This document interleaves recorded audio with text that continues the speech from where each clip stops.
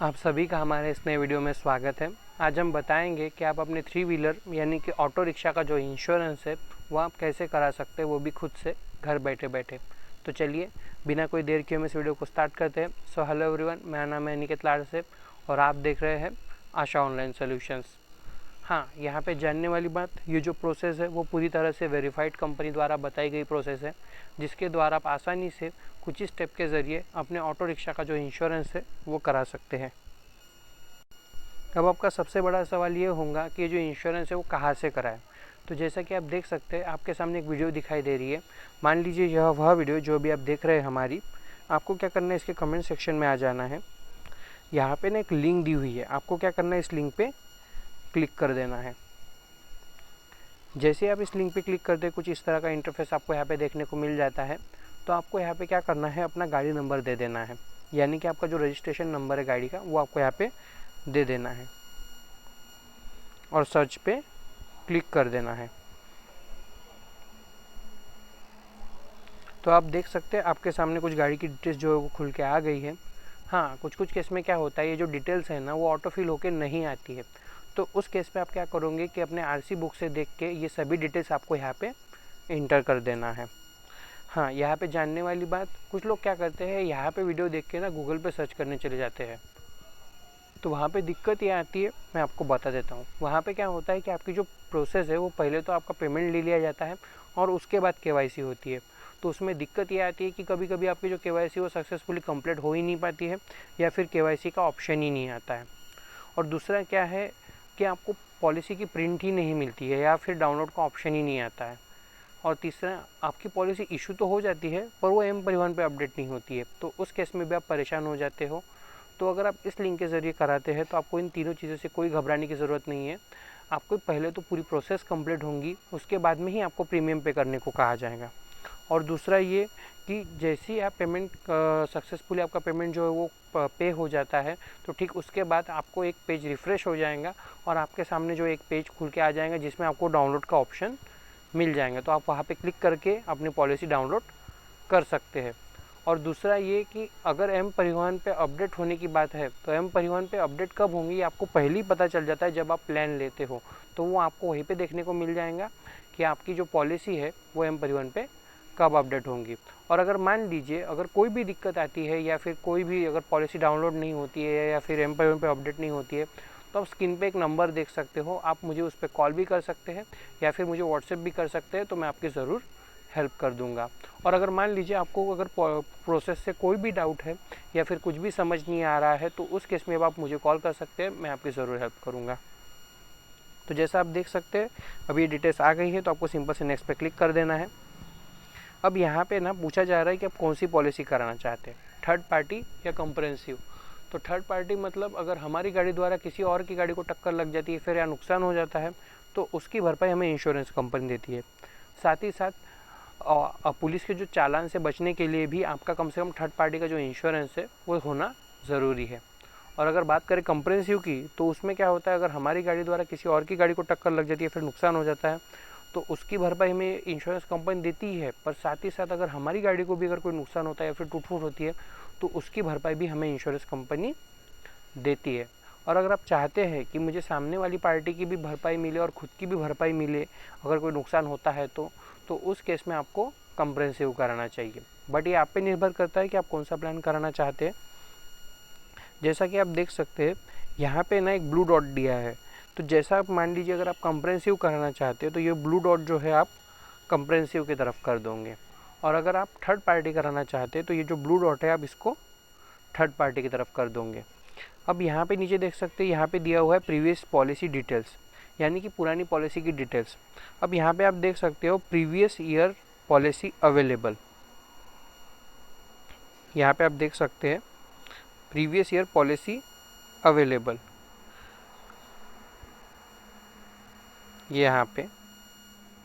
तो यहाँ पे मैं आपको बता देना चाहता हूँ कि यहाँ पे एक ऑप्शन दिया है प्रीवियस ईयर पॉलिसी अवेलेबल, यानी कि अगर आपके पास अगर पुरानी पॉलिसी की जो डिटेल्स है वो अगर अवेलेबल है तो आप येस पे कर दोगे, और अगर नहीं तो आप इसको सिंपल से नो पे कर दोगे। जो ब्लू डॉट है ना, आप इसको क्या करोगे, इस तरह से मैं आपको बता देता हूँ, इस तरह से आप इसको नो की तरफ कर दोगे तो आप देख सकते हैं नीचे जो सेक्शन है वो हट जाएगा, और अगर है तो आप इसको येस पे कर दोगे। हाँ, यहाँ पे जानने वाली बात, अगर आपकी जो पॉलिसी है अगर 2025 से पहले अगर एक्सपायर हुई है, यानी कि 24, 23, 22 या उससे भी पहले अगर एक्सपायर हुई है, तो उस केस में आप क्या करोगे कि यहाँ पे डिटेल्स इंटर नहीं करोगे। उसमें क्या है कि एक एरर आ रहा है, जैसे आप देख सकते हैं यहाँ पे ना आपकी जो 24 के, जैसे 2024 की जो भी पॉलिसी है उसकी आप डेट जहाँ पे इंटर नहीं कर पा रहे हो, एक्सपायरी डेट, ये आप देख सकते हो इंटर ही नहीं हो रहा ये डाटा।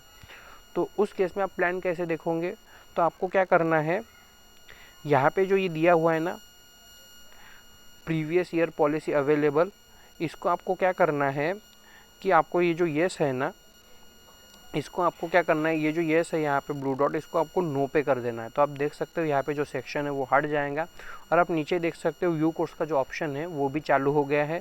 तो आप यहाँ पे क्लिक करके अपने प्लान देख सकते हो। अगर मान लीजिए अगर आपकी जो पॉलिसी की पुरानी डिटेल्स आपके पास अवेलेबल है तो आप इसको सिंपल से येस पे रहने दोगे इस ब्लू डॉट को, और यहाँ पे ना आपको कौन सी डिटेल्स देनी है कि आपने कौन सी पॉलिसी कराई थी, आपकी पॉलिसी कौन से तारीख को एक्सपायर हुई है, और आपने कौन से कंपनी से कराई थी। तो यहाँ पे आपको ये सभी डिटेल्स फिल कर देना है और व्यू कोड्स पे क्लिक कर देना है। और अगर मान लीजिए आपकी पॉलिसी 2025 में एक्सपायर हुई है या फिर होने वाली है, उस केस में भी अगर आप यहाँ पे डिटेल्स इंटर नहीं कर पा रहे हो, तो उस केस में आप क्या करोगे, सिंपल से इसी जगह पे वापस आ जाओगे, यानी प्रीवियस ईयर पॉलिसी अवेलेबल। तो यहाँ पे जो नो पे दिया हुआ है, सॉरी जो येस पे दिया हुआ है, तो आप इसको क्या करोगे, इस ब्लू डॉट को सिंपल से नो कर दोगे, तो आप देख सकते हो जो सेक्शन है वो हट जाएगा। तो आपको यहाँ पे पुरानी पॉलिसी की डिटेल्स जो है वो देने की ज़रूरत नहीं है। फिर आप क्या करोगे, नीचे देख सकते हो यहाँ पे व्यू कोड्स का जो ऑप्शन है वो भी चालू हो गया है। तो आप यहाँ पे क्या करोगे, सिंपल से व्यू कोड्स पे क्लिक कर दोगे। अब यहाँ पे आप देख सकते हो आपके सामने जो है सभी कंपनियों के जो प्लान है वो खुल के आ गए हैं, जैसा कि आप यहाँ पे देख सकते हैं। हाँ, यहाँ पे जानने वाली दो बात, पहला तो ये, जैसा कि मैंने कहा था, यहाँ पे आप देख सकते हो यहाँ पे साफ साफ दिया हुआ है पॉलिसी स्टार्ट 5 अप्रैल 2025। यानी कि मैंने पहले ही कहा था आपको कि आपको पहले ही पता चल जाएगा कि आपकी जो पॉलिसी है वो एम परिवहन पे कब अपडेट होंगी और कब से स्टार्ट होंगी। तो जैसा कि आप देख सकते हो यहाँ पे साफ साफ दिखाई दे रहा है। और दूसरा ये कि अगर मान लीजिए आप, इसमें क्या है कि जो ये प्रीमियम राशि आपको यहाँ पे दिख रही है उसमें ना पर्सनल एक्सीडेंट कवर ऐड नहीं है। तो अगर आप ऐड करना चाहते हैं तो आप वो कहाँ से करोगे, मैं आपको बता देता हूँ। आप नीचे देख सकते हैं यहाँ पे एडॉन्स दिया है, तो आपको यहाँ पे एडॉन्स पे क्लिक कर देना है। तो आप यहाँ पे देख सकते हैं यहाँ पे पर्सनल एक्सीडेंट कवर फॉर दिया हुआ है। तो अगर आप खुद ड्राइवर है, अगर चला रहे हैं आपकी रिक्शा और अगर खुद चला रहे हैं, तो उस केस में आपको ओनर ड्राइवर लेना चाहिए और अप्लाई फ़िल्टर पे क्लिक कर देना है। और अगर मान लीजिए आपने कोई ड्राइवर रखा है तो आप ये ठीक करोगे और यहाँ पे ना ये लिखोगे कि आप उसको कितने लाख का जो है वो बीमा देना चाहते हो। तो आपको यहाँ पे इंटर कर देना है और अप्लाई फ़िल्टर पे क्लिक कर देना है। और अगर मान लीजिए अगर आप नहीं कराना चाहते तो सिंपल से इसको अनचेक कर देंगे और वापस आ जाएंगे। और एक बात यहाँ पे बताने वाली, ये जो आपको प्रीमियम राशि यहाँ पे दिख रही है ना, ये जीएसटी इंक्लूड है। मैं आपको बता देना चाहता हूँ ये जो राशि है वो पूरी तरह से जीएसटी इंक्लूड है। तो ये आप कहाँ से देखोगे, यहाँ पे आप नीचे देख सकते हो यहाँ पे पॉलिसी डिटेल्स दिया हुआ है, तो आप यहाँ पे क्लिक कर दोगे। तो आप यहाँ पे देख सकते हो आपका जो थर्ड पार्टी का जो प्रीमियम है वो कितना है यहाँ पे, और उसमें जो जीएसटी कितनी लग रही है वो भी आप यहाँ पे देख सकते हो दी हुई है। और आपको जो है प्रीमियम और जीएसटी पकड़ के आपका जो फाइनल प्रीमियम है वो कितना हो रहा है वो आप देख सकते हो यहाँ पे। तो यहाँ पे आपको ये जो है फाइनल प्रीमियम जो है देखने को मिल जाएगा कि आपकी जीएसटी कितनी लग रही है और आपका प्रीमियम कितना है। तो आप यहाँ से देख सकते हो। मैं और एक बार बता देता हूँ, ये जो प्राइस है प्रीमियम की वो जीएसटी इंक्लूड है। तो अब यहाँ पे आपको जो भी प्लान अच्छा लगता है तो आप यहाँ से करा सकते हो सिंपल से। जैसा कि मुझे यहाँ पे IRCTC लंबोट का कराना है तो मैं क्या करूँगा, इसके सिंपल से प्रीमियम राशि पे क्लिक कर दूँगा। अब आपको यहाँ पे क्या करना है, अपना जेंडर सेलेक्ट कर लेना है, अपना नाम दे देना है, अपना मोबाइल नंबर दे देना है, अपनी ईमेल आईडी दे देनी है और अपना एड्रेस डाल देना है। और आई एग्री पे क्लिक करके आपको नेक्स्ट पे क्लिक कर देना है। जैसा कि आप देख सकते हैं हमने अपना जेंडर सेलेक्ट कर लिया है, उसी तरह से आपको भी कर लेना है। आपको अपना नाम डाल देना है, आपको अपना मोबाइल नंबर डाल देना है, ईमेल आईडी डाल देनी है और अपना एड्रेस डाल देना है।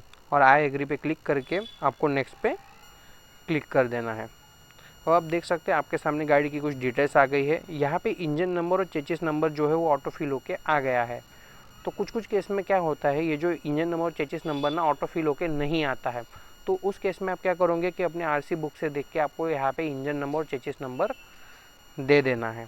अब आप नीचे देख सकते हो यहाँ पे पूछा जा रहा है आपकी जो व्हीकल है वो लोन पे है क्या। अगर लोन पे है तो आपको इसको येस पे कर देना है और यहाँ पे ना ये चूज़ करना है कि आपने वो लोन कौन से कंपनी से लिया है और कौन सी ब्रांच से लिया है, तो आपको ये यहाँ पे इंटर कर देना है।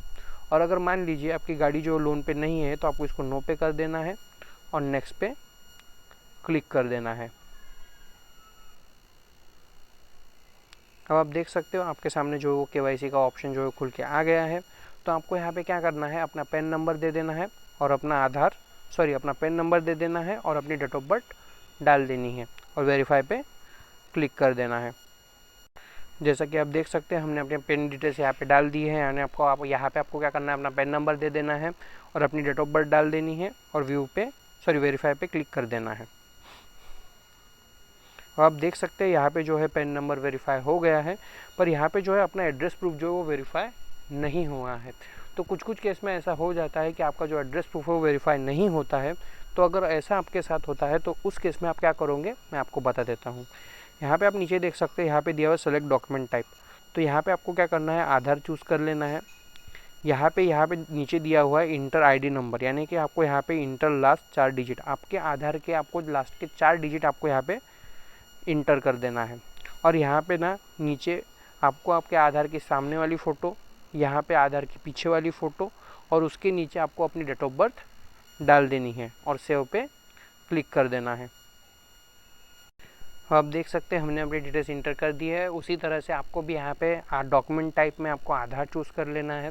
आपको इसके नीचे आपको आधार के लास्ट के 4 डिजिट डाल देने हैं, फिर आपको आपके आधार के सामने वाली फ़ोटो, फिर आधार की पीछे वाली फ़ोटो और अपनी डेट ऑफ बर्थ डाल देनी है और सेव पे क्लिक कर देना है।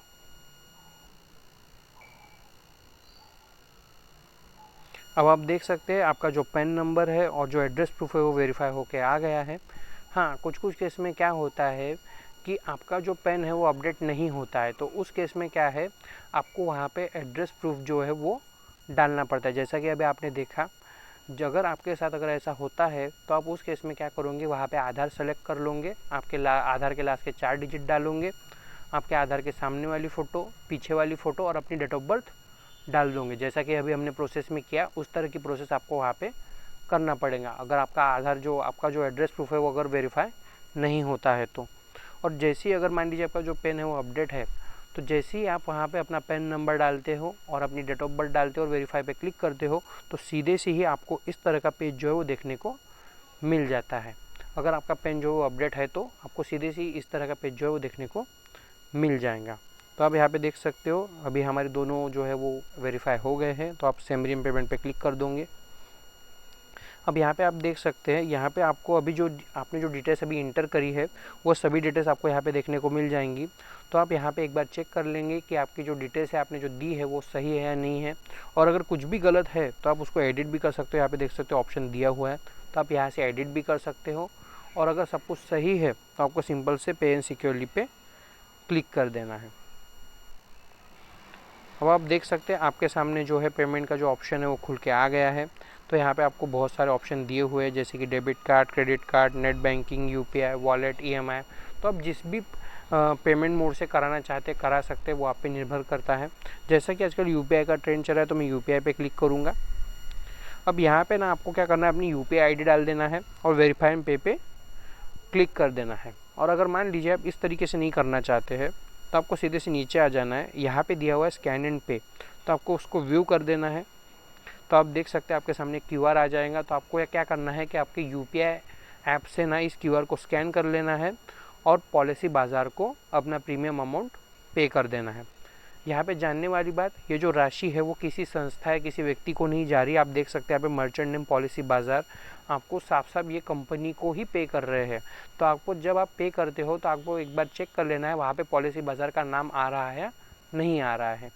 तो ये पॉलिसी बाज़ार को ही जाएंगे सीधे। तो आप इस तरह से पेमेंट कर सकते हैं। तो आपको क्या करना है, जैसे आपका पेमेंट जो है वो सक्सेसफुल हो जाता है तो आपको इस पेज को बैक नहीं करना है, आपको इसी तरह से ऐसे ही रहने देना। ये कुछ समय बाद पेज रिफ्रेश हो जाएगा और आपको जो है पॉलिसी डाउनलोड का ऑप्शन मिल जाएगा। और अगर मान लीजिए आप ऐसा नहीं करना चाहते तो आप सिंपल से क्या करोगे, यहाँ पे अपनी यूपीआई आईडी डाल दोगे। तो आपको यहाँ पे अपनी क्या करना है, यूपीआई आईडी डाल देना है और वेरीफाई पे क्लिक कर देना है। अब आप देख सकते हैं आपको ना एक यूपीआई ऐप पे एक नोटिफिकेशन आ जाएंगी, जैसा आप देख सकते हैं मुझे आ गई है और एक मैसेज भी आ जाता है।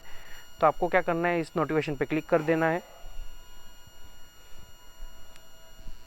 ये देखिए मुझे मैसेज भी आ गया, उसी तरह से आपको भी आ जाएगा। जैसा कि आप देख सकते हैं यहाँ पे अभी यहाँ पे साफ साफ दिया हुआ है policybazaar.com। तो आपको क्या करना है, सिंपल से इसको जो है आपको प्रोसीड टू पे क्लिक करके अपना प्रीमियम जो है वो पे कर देना है। तो जैसे ही आपका पेमेंट जो है सक्सेसफुली जो है सबमिट हो जाता है तो आप क्या करोगे, सिंपल से इस तरह से पीछे आ जाओगे, इसी पेज पे आपको वापस आ जाना है। तो इसको आपको बैक नहीं करना है, आपको इसको रिफ़्रेश होने देना है। जैसे ही ये पेज रिफ़्रेश हो जाएगा तो आपके सामने इस तरह का पेज जो है वो खुल के आ जाएगा। यहाँ पे दिया हुआ है आपकी जो पॉलिसी वो सक्सेसफुली क्रिएट हो चुकी है। तो आप नीचे देख सकते हो यहाँ पे डाउनलोड पॉलिसी का ऑप्शन दिया हुआ है। तो आप यहाँ पे आप क्लिक करके अपनी पॉलिसी डाउनलोड कर सकते हैं। Thank you.